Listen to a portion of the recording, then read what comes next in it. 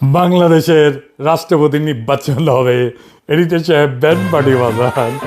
পত্রিকায় news আসিছে Mirza Fakhrul confirm হয়ে গেছে।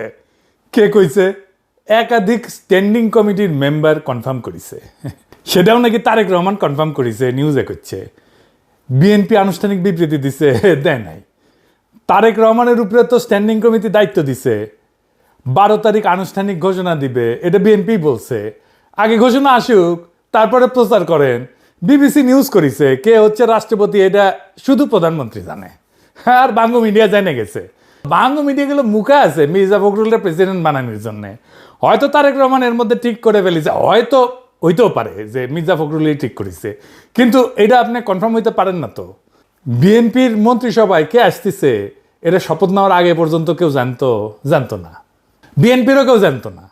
আর প্রেসিডেন্টের নাম জানিয়ে ফেললো, বাপরে তালে বড় এসে গেছে। অবাক লাগতেছে না? সংবাদ মাধ্যমগুলোর এই অতিরিক্ত উৎসাহ আরো বেশি সন্দেহের জন্ম দেয়। বিএনপি নমিনেশন পেপার কিনছে 2টা, মানে 2জন ক্যান্ডিডেট আছে তাদের।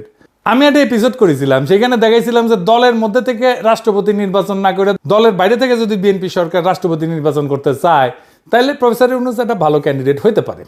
বিএনপির দলের মধ্যে কয়েকজন ক্যান্ডিডেট আছে, ভালো ক্যান্ডিডেট আছে, সকলেই ভালো। মির্জা ফখরুল আছে, মেজর হাফিজ আছে, নজরুল ইসলাম খান আছে। দলের মধ্যে থেকে বাঁচলে এর মধ্যেই হয়তো একজনকে বাঁচবে বিএনপি, এটা আমার বিশ্বাস।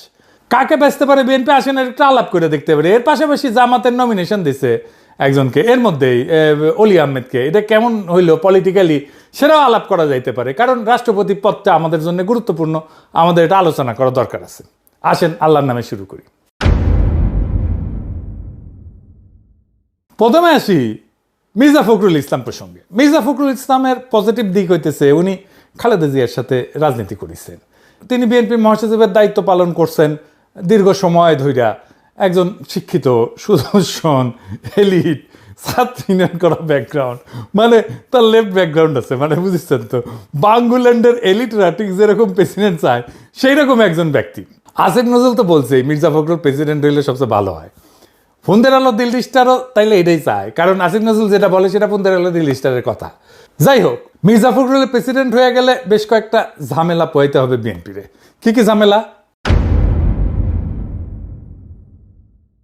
প্রথম ঝামেলা, মহাসচিব কে হবে? একজন মহাসচিব তো বের করতে হবে, উনি তো আর মহাসচিব থাকতে পারবে না। পদাধিকার বলে রিজভী ভাইয়ের হওয়ার কথা, কারণ তিনি একমাত্র সিনিয়র যুগ্ম মহাসচিব। রিজভী ভাইকে নমিনেশনই দেয় নাই। ওনার মহাসচিব বানানো খুবই কঠিন সিদ্ধান্ত হবে বিএনপির জন্য। তার উপরে আছে বয়স্ক আর ইয়াংদের একটা দ্বন্দ্ব আছে বিএনপির মধ্যে। ম্যাডাম গ্রুপ আর ভাইয়া গ্রুপের মধ্যে কে হবে, কোন গ্রুপ থেকে মহাসচিব হবে, স্থানীয় সরকার মন্ত্রণালয়ে কাকে দেওয়া হবে, এটা দলের মহাসচিব পায় সঙ্গত কারণেই। তাই মির্জা ফখরুলকে প্রেসিডেন্ট বানাইলে অনেকগুলো গুরুত্বপূর্ণ প্রশ্নের সলিড অ্যান্সার লাগবে। মহাসচিব বানানো নিয়ে তো মহাগ্যাঞ্জাম লাগবে দলের মধ্যে। দলের একটা স্ট্যাটাস কো আছে না, এটা মারাত্মকভাবে ব্যাহত হবে মির্জা ফখরুল যদি প্রেসিডেন্ট হয়ে যায়। মির্জা ফখরুল এলিটের পছন্দ, কিন্তু গণমানুষের মধ্যে জনপ্রিয় না। আমি একটা ভোট করেছিলাম, দেখেছেন তো আগে, এইটা সাহেব দেখান একটু আগেও দেখেছিলাম। প্রেসিডেন্ট হিসেবে মেজর হাফিজ পাইছেন 75,000-এর বেশি ভোট, আর মির্জা ফখরুল পাইছে 9,500 ভোট মাত্র।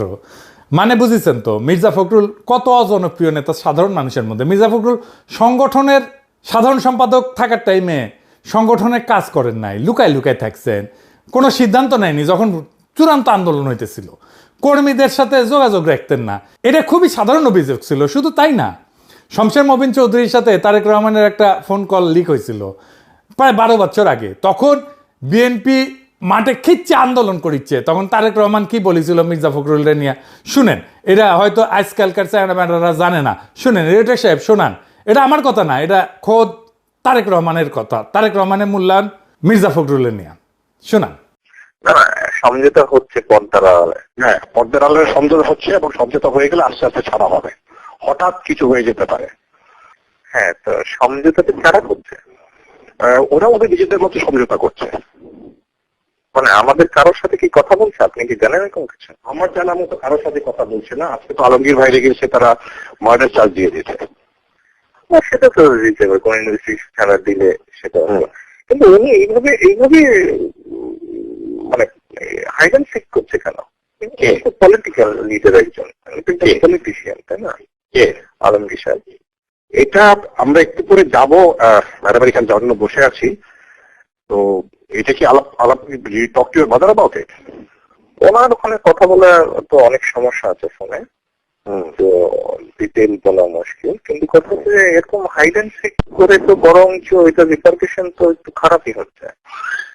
এটা তো বলা হয়েছে ম্যাডামকে কয়েকবার, কিন্তু বুঝলাম না এটা তো ম্যাডাম ইনস্ট্রাকশনেই বুঝে হচ্ছে, আমি যতটুকু বুঝি আর কি। ঠিক আছে, আমার মনে হয় না এরকম কোন কি বোঝাচ্ছে। সে যদি পালিয়ে থাকে, সে আন্দোলনেও নেতৃত্ব দিতে পারবে না, কোন রকম কথা বলতে পারবে না, সে তো চুপ করে হাইড অ্যান্ড সিকই আছে, তো লাভটা কি হচ্ছে? রাজার আরো খারাপ হচ্ছে। তো ডিস্ট্রিক্টের নেতারা কর্মীরা ওরা মার খাচ্ছে আর উনি পালিয়েছে, তো লাভটা কি হচ্ছে তাহলে? মানে এটার বেনিফিটটা কি হচ্ছে? কোনো বেনিফিটটা হচ্ছে না। হ্যাঁ, এই প্রশ্নটা অবশ্য অনেকেই করছে এবং আমি ম্যাডামকেও 2-3 বার করেছি। ম্যাডামের একটা কথা হলো যে যদি ওরা ধরা পড়ে যায়, এদেরকে ধরে ফেলে, তাহলে কাজ করবে কে মাঠে? তাহলে কাকে দিয়ে আমি কাজ করাবো? উনি কি খুব একটা কাজ করছে? উনি কি খুব একটা কাজ করতে পারছেন? কোন ইনস্ট্রাকশন দিচ্ছে? কোন ডিস্ট্রিক্টেই তো কথা বলছে না, কিছু হচ্ছে না, কোন ইনস্ট্রাকশন কারো খোঁজ খবরও হচ্ছে না। লাভ হচ্ছে কি? ডিফিকাল্ট টু ফাইন্ড হিম, মানে no one is able to talk to হিম।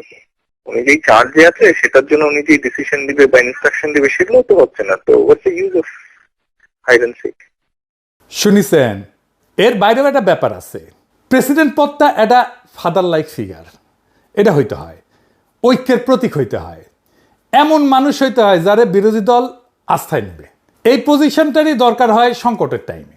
মির্জা ফখরুল তো বর্তমান বিরোধী দলের উপরে খড়গহস্ত। দেখেন, বলছে ভোট হইলে জামাতের অস্তিত্বই থাকবে না, এনসিপি তো ভোটই পাবে না। হ্যাঁ, এটা অত্যন্ত আক্রমণাত্মক ভবিষ্যৎবাণী। তো উনি তো একটা ইউনিফাইং ফিগার হইতে পারেন না। এখন যদি বিএনপি বানাইতেই পারে, ওনার আর কিছু নাই দেখাইলাম। তারেক রহমানের যে মূল্যায়ন শুনেছেন ওটাই এনাফ। আওয়ামী লীগের জন্য তো ওনার মন কান্দে। উনি বলেন ধানের শীষ আওয়ামী লীগের পাশে আছে, নৌকার পাশে আছে, তাই না? শুনেন, এইটা সে আবার শুনেন।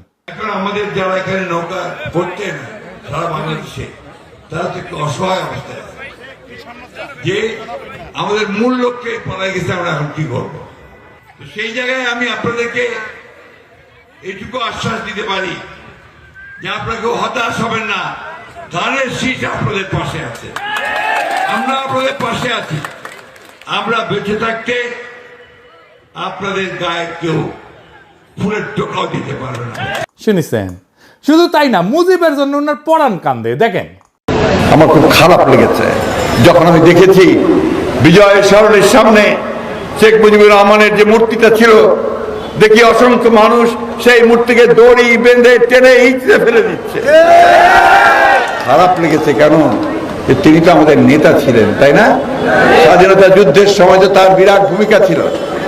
এই লোকটাকে এই হাসিনা কত ছোট করে ফেললো যে আজকে তারও মূর্তি নামিয়ে ফেলতে, তার জন্য সম্পূর্ণভাবে হাসিনা দায়ী।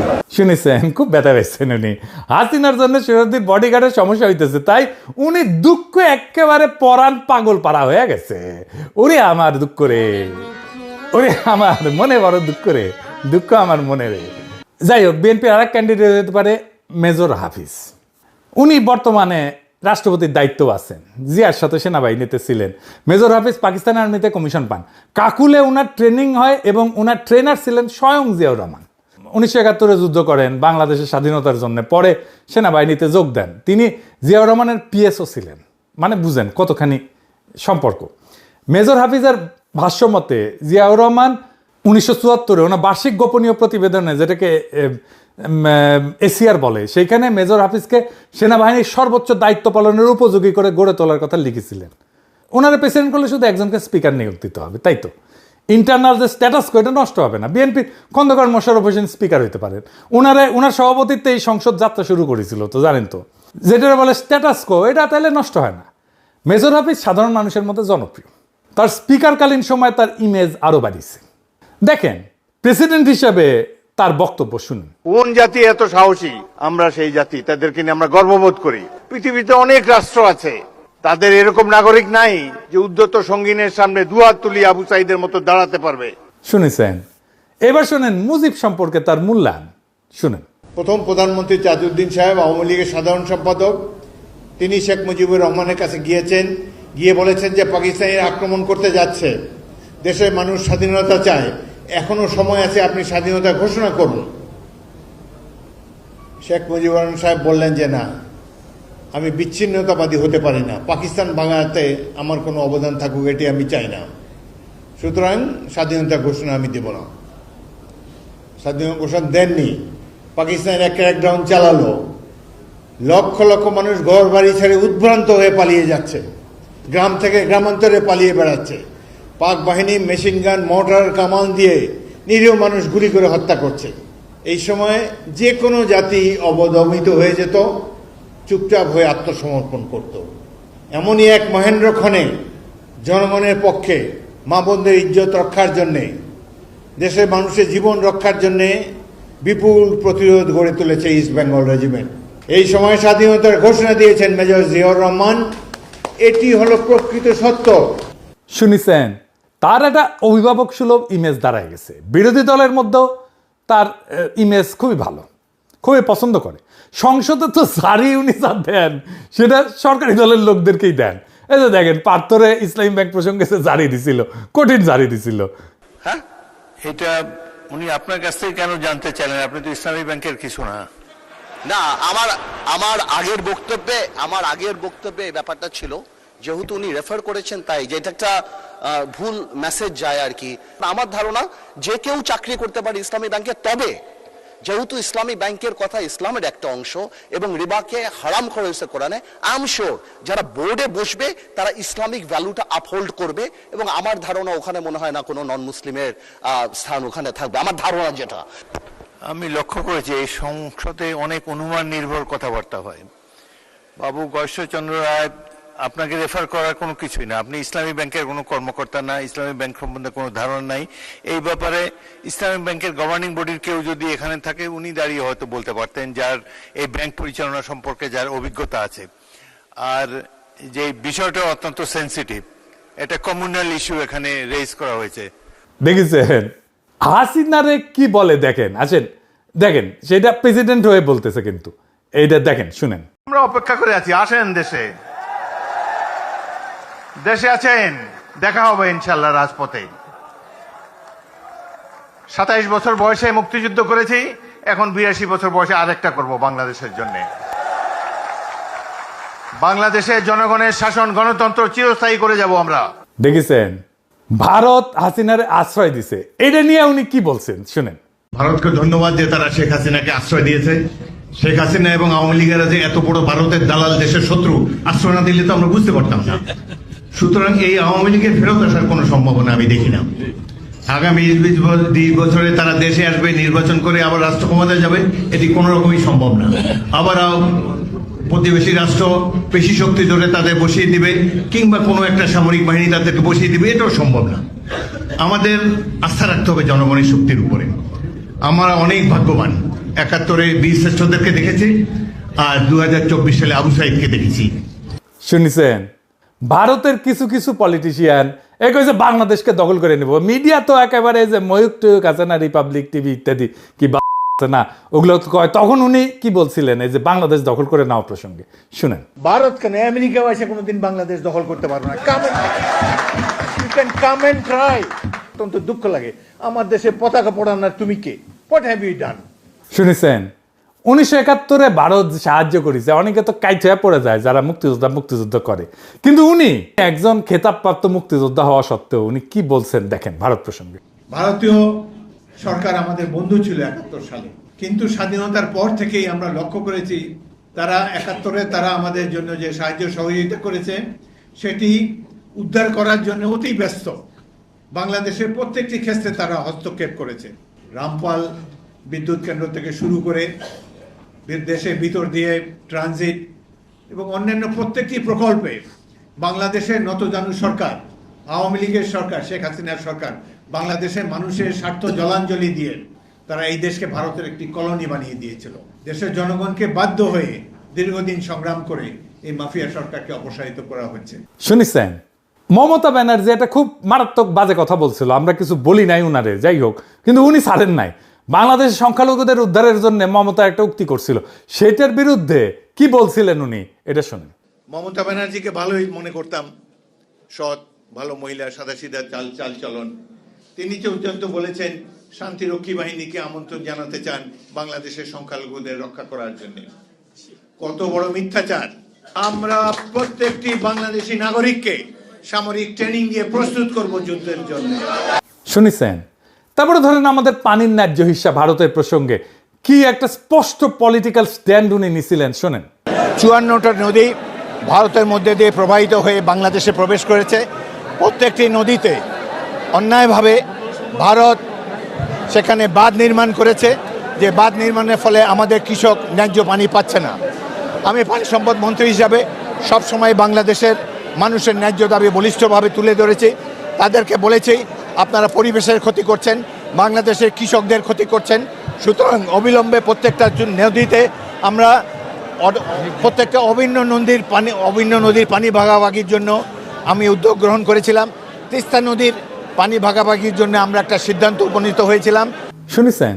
মানে আমি উনার যত ক্লিপ দেখতেছি, আমি দেখতেছি উনি খালি পজিটিভ কথা, পজিটিভ আমাদের কথাই বলতেছেন। মনে হচ্ছে আমাদের মাউথ পিস হিসেবে উনি কথা বলতেছেন।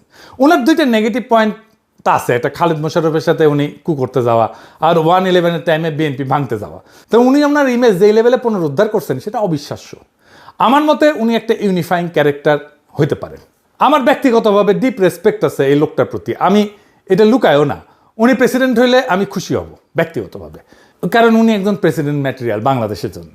এইবার আসেন জামাতের রাষ্ট্রপতি ক্যান্ডিডেট প্রসঙ্গে একটা আলাপ করি। আমরা তো সবাই জানি যে জামাতের প্রার্থী জিতবে না। তো এই মনোনয়নটা একটা প্রতীকী মনোনয়ন, যে আমরা কেমন ধরনের লোককে রাষ্ট্রপতি পদে চাইতেছি, কেমন ধরনের লোককে রাষ্ট্রপতি পদে মনোনয়ন দিলাম। তাহলে এমন একজনকে দেওয়া দরকার যে জামাত এনসিপির ইমেজ বাড়াবে, তাই না? কিন্তু দিল কাকে? অলি আহমেদকে। আসেন অলি আহমেদের একটা বক্তৃতা দেখি চট্টগ্রামে।